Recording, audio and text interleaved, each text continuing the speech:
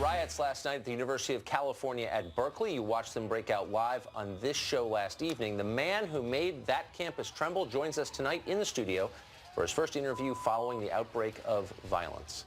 Good evening and welcome to Tucker Carlson Tonight. Few people are hated more by the left than Milo Yiannopoulos, the gay Jewish immigrant who's become the face of the red-pilled right.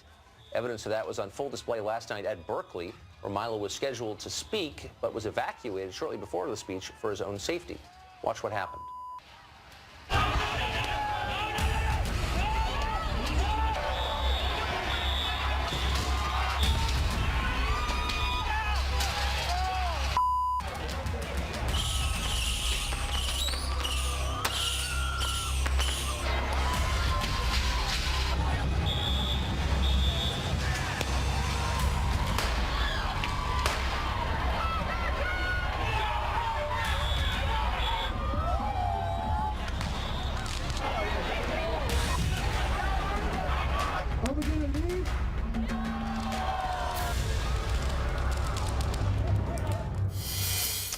America last night. Breitbart editor Milo Yiannopoulos joins us for his first interview since we spoke with him by phone last night. Milo, thanks for joining us. Thank you. So here's the reason I want to talk to you. It's not to endorse your views, many of which I agree with, some of which I don't.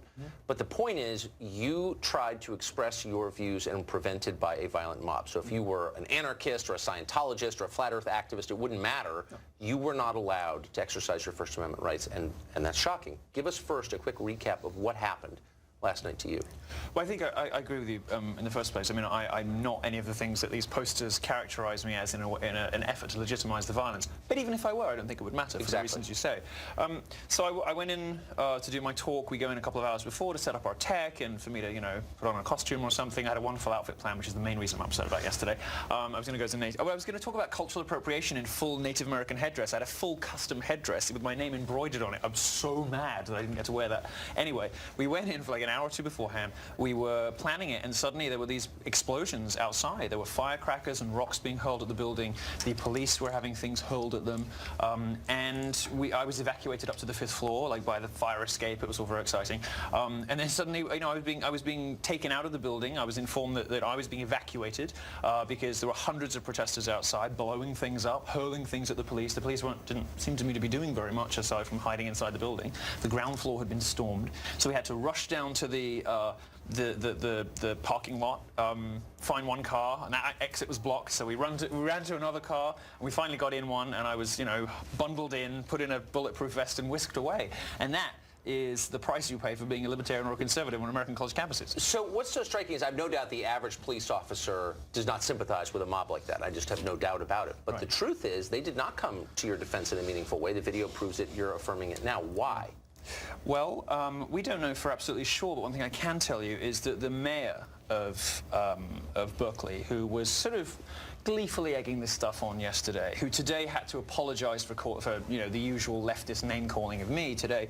What did he say about you? Well, the usual slurs, this white supremacist speaker. I mean, please, anyone who's spent 5 seconds in my company or 2 seconds in my bedroom knows I'm not a white supremacist.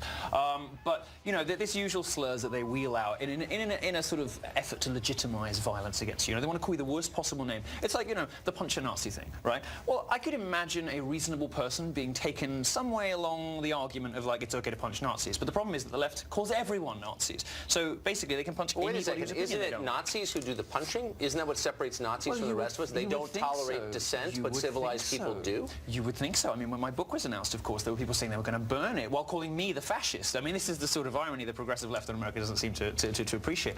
But the real problem is this name calling because, as grateful as I am to be on the show and I like the attention, the real people that I want to hear from are, the guys who run CNN, who are legitimizing ordinary conservatives being called white supremacists, anti-Semites, racist, sexist when they're not. There's an inevitable, obvious consequence to this. I obviously have an interest in this because I don't anymore work at that network, so I don't even want to affirm what you just said, but I have to because it's true. Now, here is a tweet that they sent out, and I'm quoting. Yeah. This is from a CNN Twitter feed. Extremist Milo Yiannopoulos, whose Berkeley event sparked protests, takes on the college establishment and rallies white supremacists. That's from the CNN Twitter feed. I mean, is any of that true? No, I mean, it beggars belief. I mean, it just beggars belief. But the subtext is you deserve it. Yes, it is. Yes, it is. And these people must be held to account. You know, the media has created this environment in which it's okay to say almost anything about somebody who is, you know, right of Jane Fonda.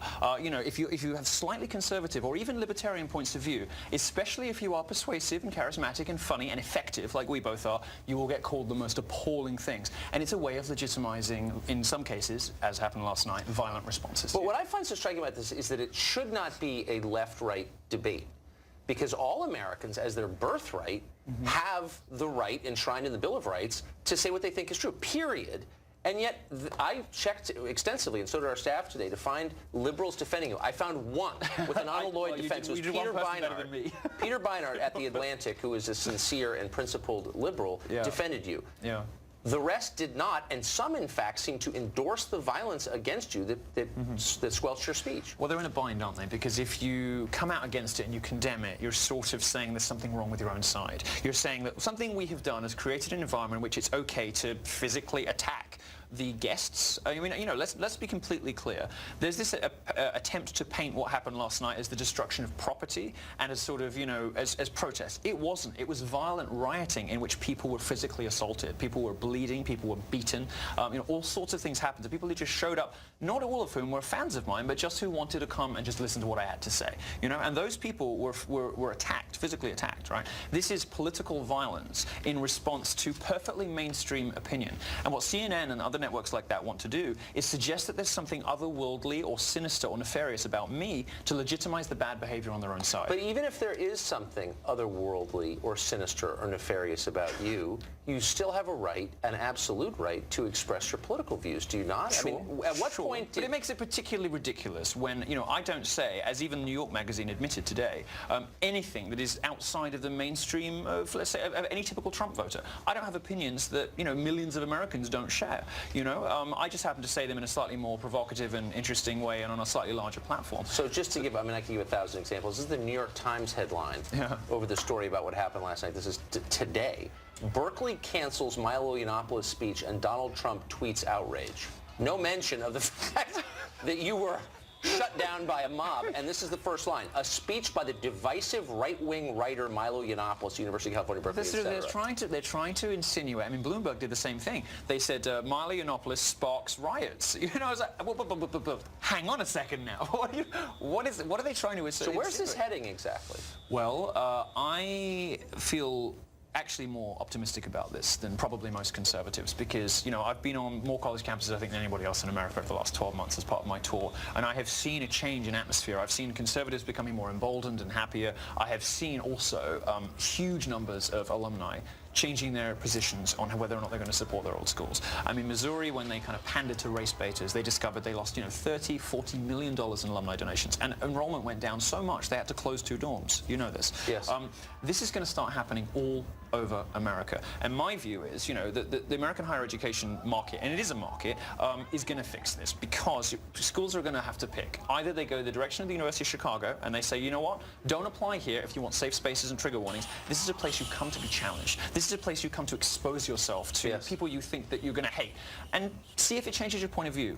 Or they're going to go the direction of the University of Missouri, and only one type of those institutions is going to be financially viable in the long term. So I'm sure we're going to get mail saying, you know, Milo's not a serious person, he's a provocateur, to which I would say, I could care less. He's got a point of view and he has a right to express it. But I am interested in your response to that criticism, because you hear it a lot, that you're not actually making an argument, that you're intentionally trying to provoke the kind of response we saw last night. Well, my response is, so what? Who cares? I'm an entertainer, I'm a performer, people like, you know, I guess my sort of things are sort of part lecture, part stand-up.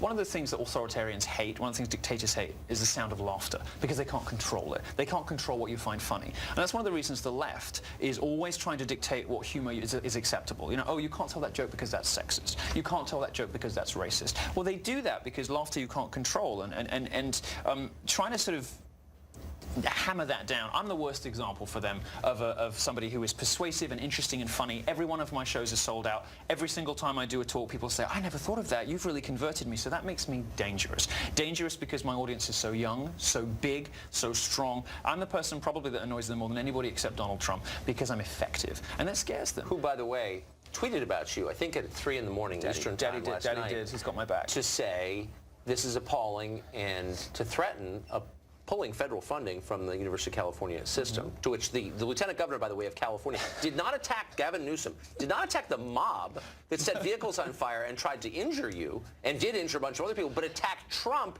for threatening the funding. Well, you know, this seems to be a fairly obvious consequence. If you don't uphold your legal responsibility to, you know, to enforce the First Amendment, you know, to provide speakers with platforms and audiences with safe, the ability to go and listen to speakers of all different kinds, agnostic of ideology, as you were saying earlier. If you don't do that as a university, you're not performing your essential function.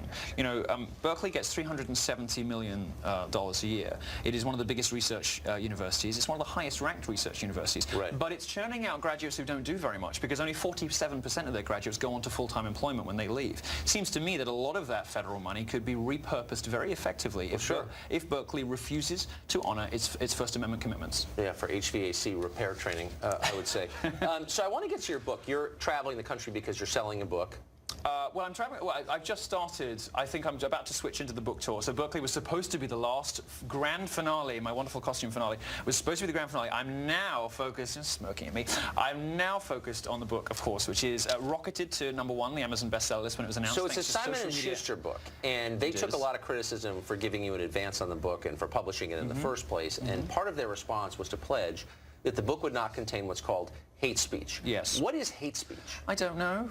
I'm probably going to get in terrible trouble with them, but I have no idea, and I don't think anybody else knows either. I mean, it seems to be speech that somebody doesn't like somewhere, a joke that's wrong, some you know, thing that someone offends someone's sensibilities or hurt feelings or politics or something. Certainly the Supreme Court doesn't recognize it as a kind of speech that should be, you know, treated with any special reference or whatever. Hate speech, it seems to me, has been defined by the political left as anything we don't like, anything that violates social justice doctrine, feminism, Black Lives Matter kind of ideology. It's not something that I have ever heard particularly effectively defined. I have literally no idea what it is. I have no idea what it is. But because your publisher, Simon & Schuster, has pledged to keep it out of your book, did an editor say to you, here's how we define hate speech, and here's what we're going to be striking from your manuscript? Again, in so much trouble. I don't know what they mean by that. Look, all I can tell you, this book actually is going to be a lot more serious than people probably anticipate from me. I have my college tour to lob bombs, to be outrageous, to whatever. This book's actually pretty meaty, pretty substantial. It demonstrates a lot of reading, a lot of consideration of the issue. This book is already going to be one of the big books of 2017. It is going to be one of those, a big sort of signature, cultural moment for a particular millennial generation that suddenly woke up and decided that being Republican was cool and was a libertarian, punk alternative choice. I'm one of the people they look up to as a whatever cultural figure. This book actually is much more serious than people imagine. So if you're a feminist or a Black Lives Matter activist who is looking to be offended by this book, you might be disappointed. And if you're somebody who's going in just thinking, oh, this is going to be a load of jokes about his black boyfriends and and name calling and fat jokes, you might also be disappointed. This is a pretty substantial book. It's a book that sets out where I believe America went wrong in terms of respecting the First Amendment, the state of free speech on American college campuses and in the media and in academia and everywhere else in American public life. So we talked about this last night briefly, but you're obviously an immigrant to this country from the UK. Well, I'm on a visa technically. On a visa technically. Presumably you came here with the assumption that this was a place where you could express your beliefs, even if not everyone agreed with them. It was horrifying. How has it lived up to the billing? It was horrifying. Honestly, I don't mean to be theatrical, I'm prone to melodrama, but it was horrifying. To come here, land of the free, home of the brave, blah, blah, blah, and for me to do a college tour, to be a journalist here, imagine the Fourth Estate in America. You could be able to say, do, be anything, right? That's what you would think coming from Europe, where we really don't have free speech protections. I mean, if it exists, there are rules about it. If it exists, it is regulated in Europe, in Europe, you can get arrested for being misogynist, arrested for being offensive. These are actual offenses. These are things the police can come and take you away for in Europe. As Americans don't really understand how bad it is in Europe. In America, I always imagined that this was a country where you could be, do, and say anything. And what I've discovered, not just in journalism, but also in the entertainment industry, and particularly and most importantly in academia, which is where I kind of try and park my tanks on the lawn and really take the fight to the left, which is why they hate me so much, because conservatives are so spineless all the time. I take the fight to them, and on American college campuses, I have experienced, restrictions on the freedom of speech, groupthink, and penalties, social and institutional penalties, and financial penalties, for free expression, like nothing I ever experienced in Europe. So really, we're almost out of time, but we have guardians of the First Amendment, official ones. The ACLU is the leading one historically. We tried to get Anthony Romero, the head of it, on tonight to talk about this. Yeah. He's refused to come on. We also, by the way, tried to get the Human Rights Campaign to come on to talk about this too. But has anybody from the ACLU or PEN America or any people who claim to represent the First Amendment called you to say, we're going to help? No, of course not. No, of course not, because these organisations have been, have almost completely given themselves over to a particular view of free speech that is hugely restrictive and which circumscribes, which cuts out mainstream, ordinary conservative opinion. There's a reason there's a sort of parallel conservative media in this country. There's a reason why there's this extraordinary bifurcation between liberals and conservatives in this country. It is because the establishment, the media, academic and entertainment establishment has made certain sorts of political opinion, respectable, reasonable, mainstream opinion, impossible to express in public. It's the definition of corruption, unfortunately. We're all going to pay for it. Milo, thanks a lot. That was interesting. Thanks. Good to see you.